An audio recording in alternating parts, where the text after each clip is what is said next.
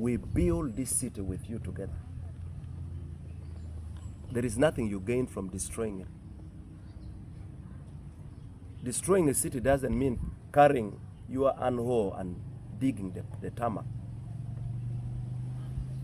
Destroying the city is not only the looting that these criminals, some of these criminals did. Even how you report about this city has a lot of damage to cause. So I have seen some people who want to create a picture as if this city is a bad city. In every city, there are bad people. And bad people must be dealt with according to the law. And we should not encourage lawlessness. We shouldn't do that. But also we should be very careful with people who try to take advantage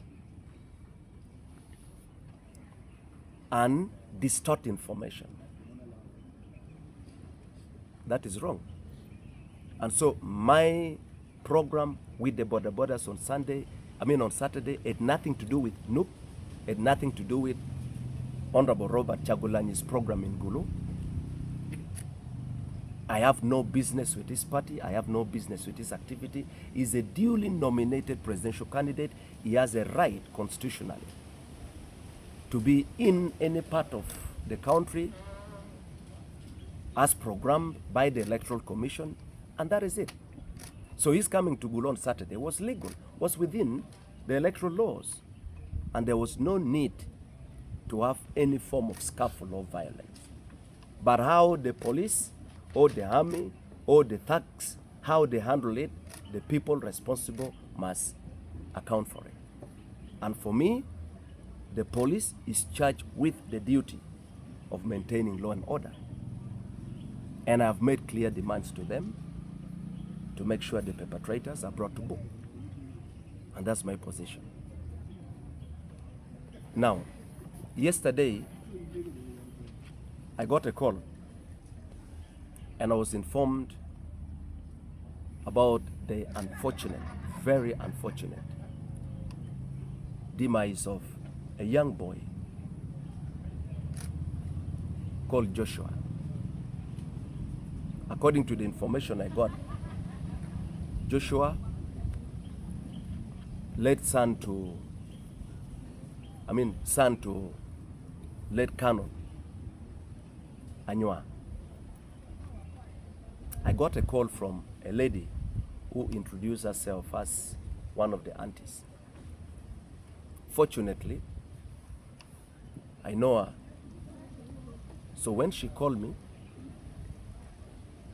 I thought she was calling me as usual, as any other person would call to consult. She called to inform me that we have lost a son.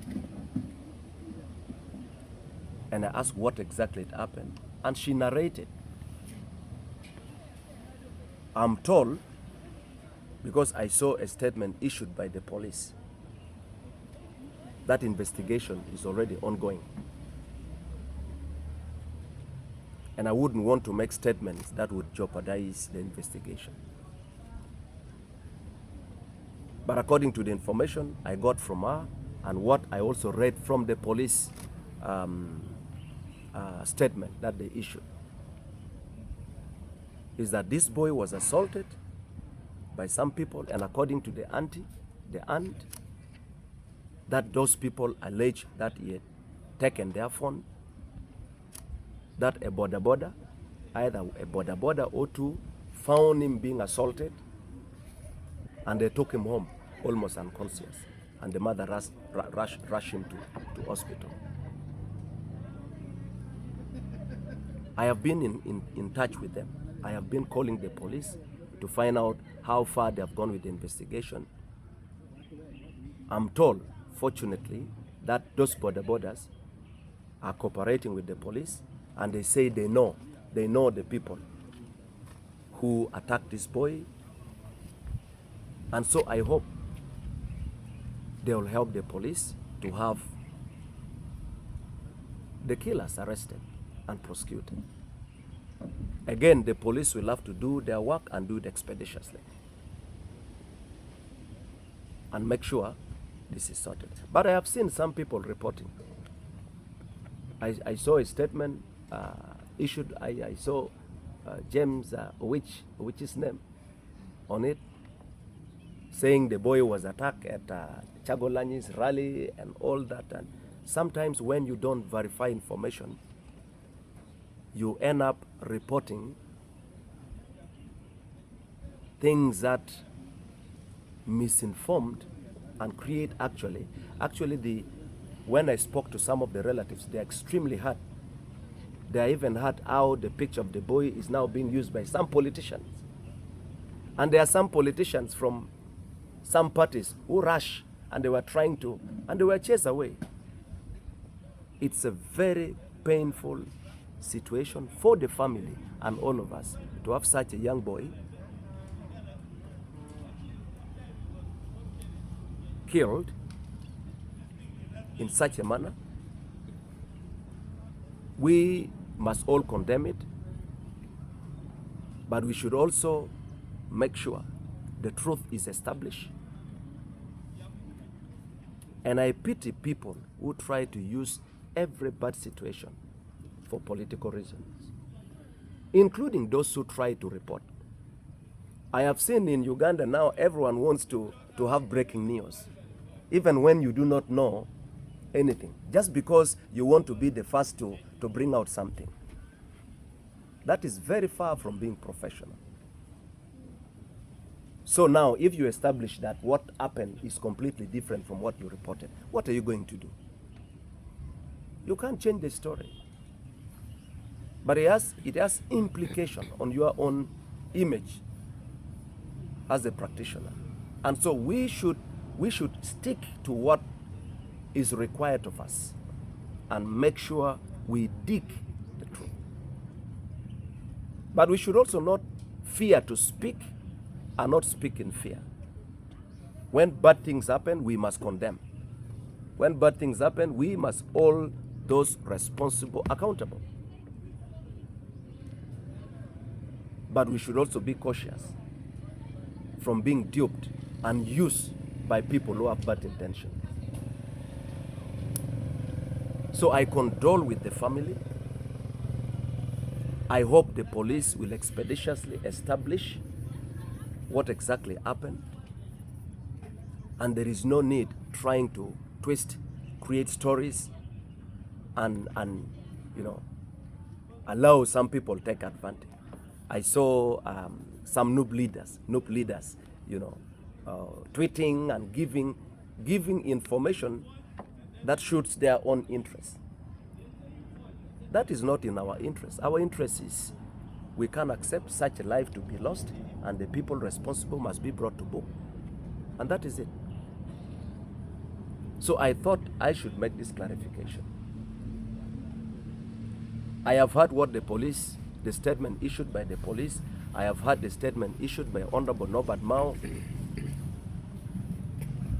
The statements are okay, but the most important thing is, irrespective of whatever someone says, the bottom line is the people responsible must be brought to book. And we should also be very careful. This city is cosmopolitan.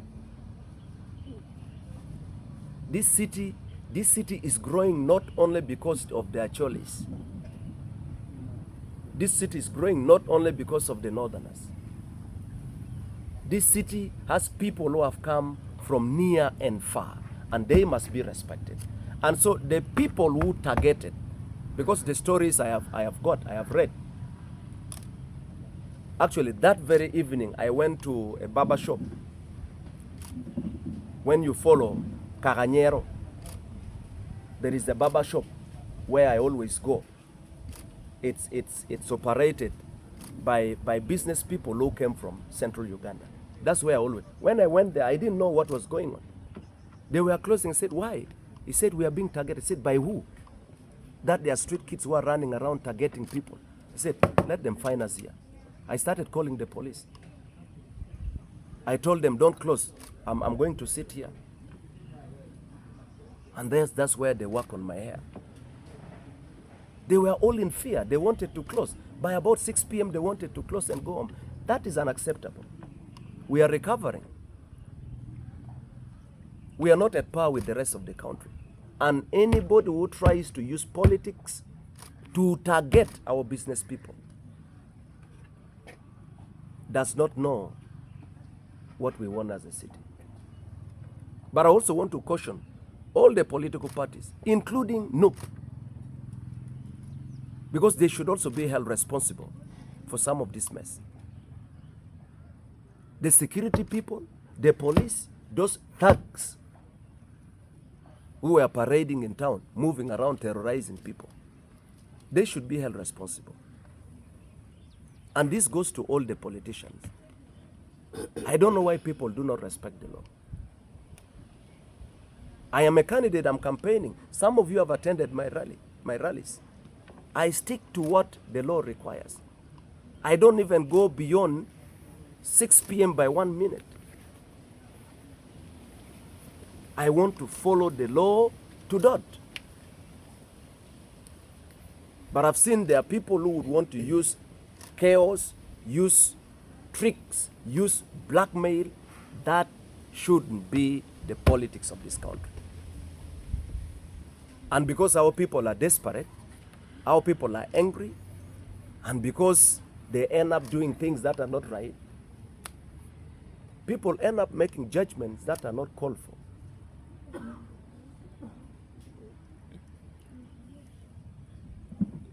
And this is not NRM as a party. These are individuals who are thugs who have done it. Whether you put on a yellow or you put on a red, if you have committed crimes, you must be held responsible.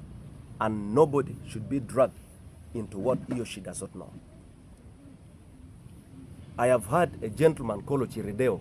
Ochirideo is a NUP member.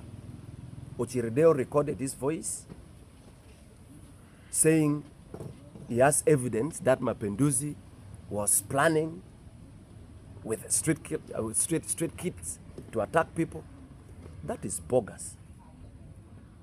If they got hurt, if they got annoyed that my program with the borders in a way affected their mobilization, that is their business. Because later on I learned they'd spend some money to mobilize borders to receive their candidate. But the borders were busy in a meeting that are more productive than running to political rallies. So if they miss the borders, they shouldn't blame me. They should have a better program for borders.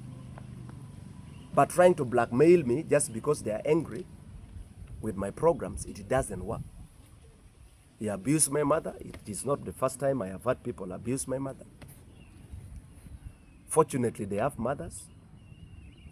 You can say Ngwinchatami and Mapenduzi, that is okay. I'm sure all mothers are created the same. You can say whatever word you want to say. But I'll respect his mother, because a mother is a mother. And I won't use a statement that is not called for. But I'll hold him accountable. I have reported to police, and the police will handle him legally. What is the number? Well, you'll get it with the police. Please feel free to get in touch with the police.